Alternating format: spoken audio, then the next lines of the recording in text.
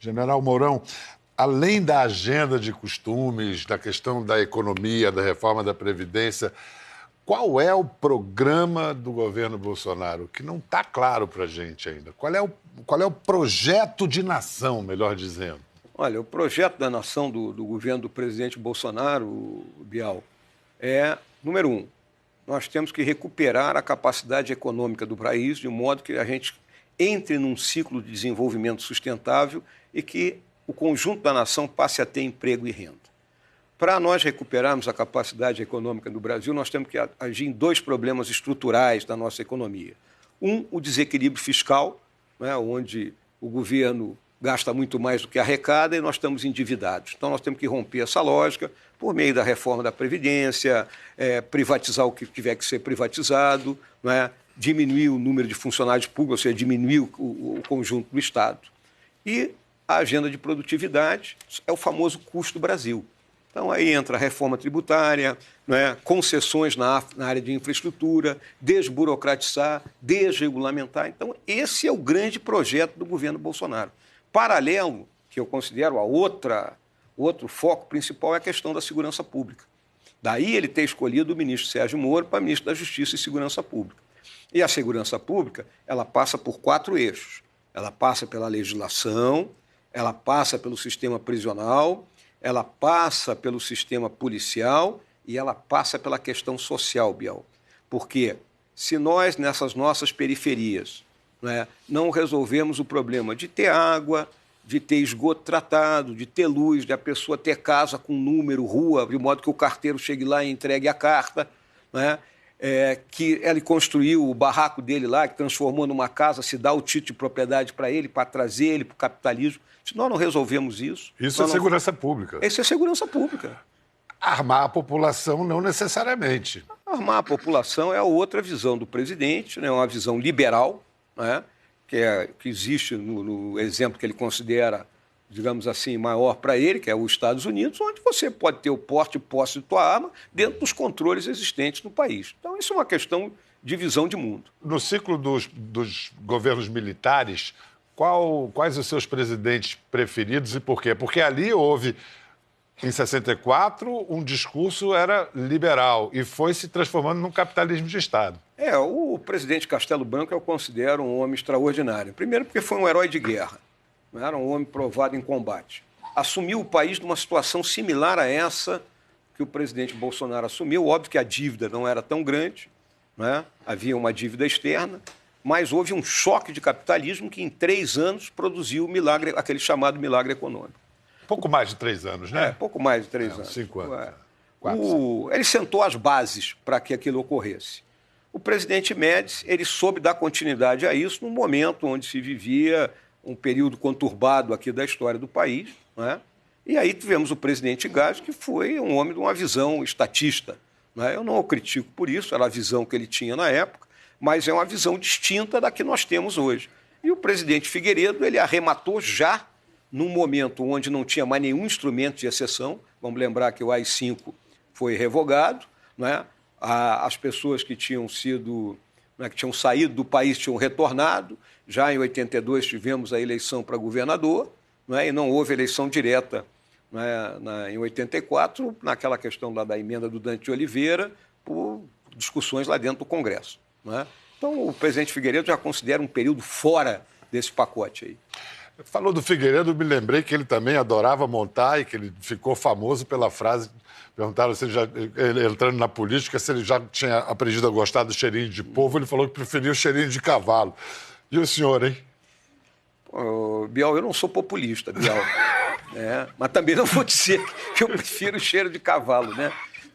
O que acontece, né, Bial, é que eu estou acostumado a lidar com gente. Passei a minha vida militar inteira lidando com pessoas, né? É uma característica nossa dentro da profissão militar, porque quem é que serve ao Exército? Não é a porção mais esclarecida da sociedade. Quem vem servir o Exército são os estratos periféricos. Então é a oportunidade que a gente tem realmente de lidar com o povo, ver os problemas que eles sofrem, né? A dureza que é a vida deles. Por isso que nós, dentro das Forças Armadas, nós temos essa visão, né, mais humanista até. Rapidamente, o senhor falou em privatização. Tirando saúde, educação, segurança, o resto pode privatizar tudo?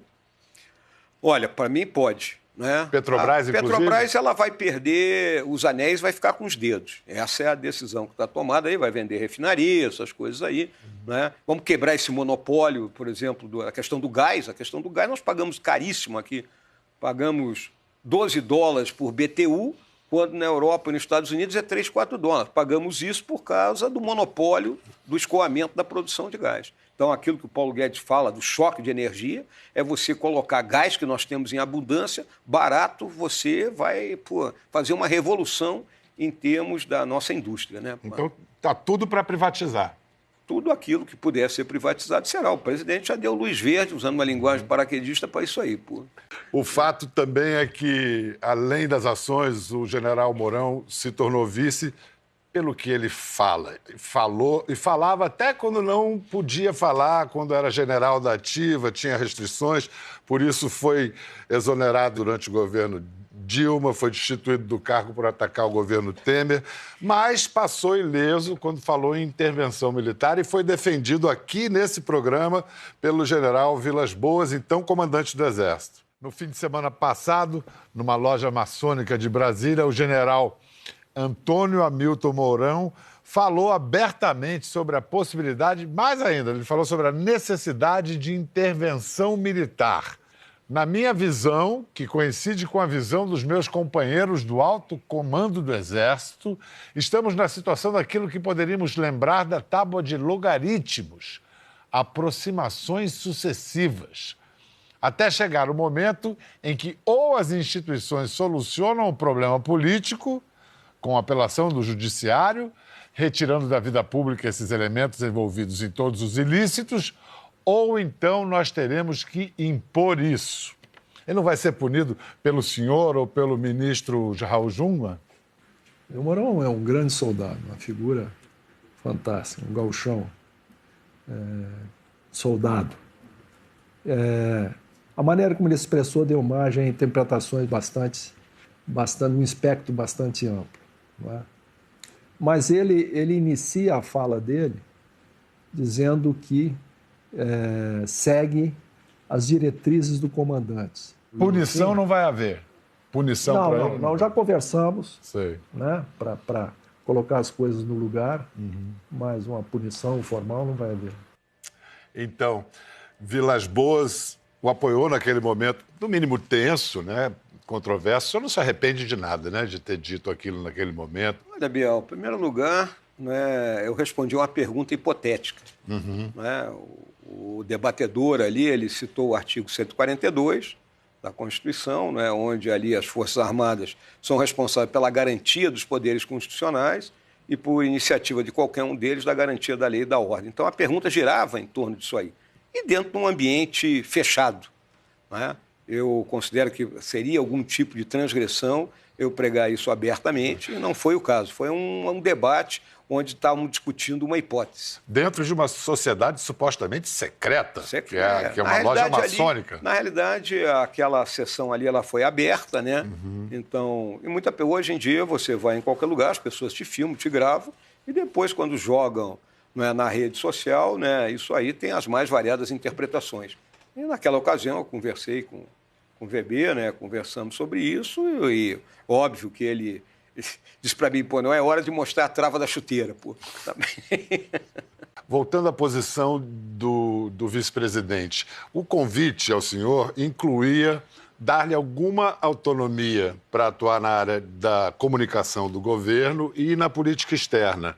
E também dizia-se que o senhor ia ter uma sala no Palácio do Planalto e não no anexo, que, com todo respeito, o anexo da vice-presidência, alguns chamam de catacumba, porque não tem nem janela nas salas. E nenhuma dessas promessas foi cumprida. Por quê? Alguém já lhe explicou? Não houve nenhuma promessa dessa natureza. Não? Não, isso é uma realidade.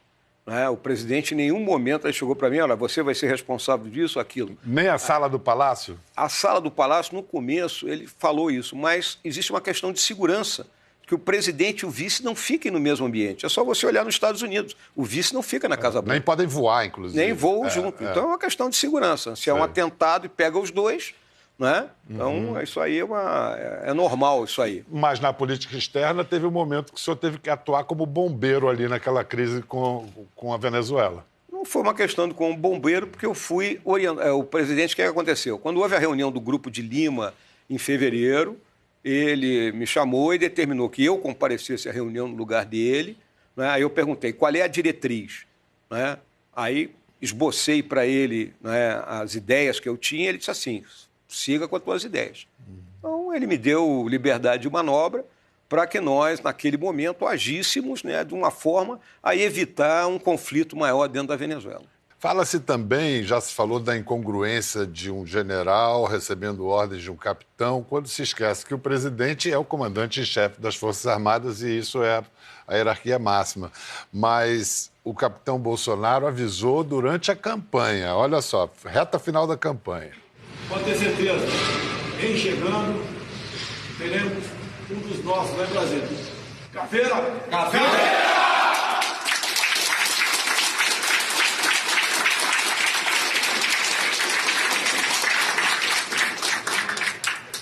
Doutora Cotinha do Canadá, mas quem vai mandar no Brasil serão os capitães. Quer dizer que na reserva acaba a hierarquia? Existe uma diferença muito sutil aí. Há 30 anos o presidente Bolsonaro é político, né? Então ele foi capitão, né? Então ele, quando foi eleito deputado, ele já passou a ter uma precedência em relação a todos os companheiros dele das Forças Armadas. Então eu jamais o vi como um capitão nesse aspecto, sempre o vi como um deputado, com um respaldo político dentro do estado do Rio de Janeiro, e a partir do momento que ele buscou se lançar nessa campanha para presidente do Brasil, ele passou a ter um respaldo, né, enorme da população brasileira que o levou à presidência. É totalmente distinto, né? Vou dar um exemplo para ti, se ele fosse um capitão que ano passado tivesse no Exército e resolvesse se lançar a presidente, né? Então são duas... Então, mas ele usa como capital político o fato de ter sido capitão. Não há a mínima dúvida, porque hoje na sociedade brasileira, né, de um tempo para cá, né, nessa discussão a respeito de valores, né, que sacudiu bastante o nosso país e está sacudindo o mundo inteiro, né, grande parte da sociedade ela se voltou para o estamento militar, para o grupo militar, na busca de determinados valores que, em tese, ela via que não estariam sendo respeitados. A nacionalidade, o patriotismo, a lealdade, né, o espírito de cumprimento de missão, e vamos dizer a honestidade, a probidade, a honradez, coisas que, né, você olhava no grupo político que dirigia o país anteriormente e não via. E o presidente soube capitalizar isso aí.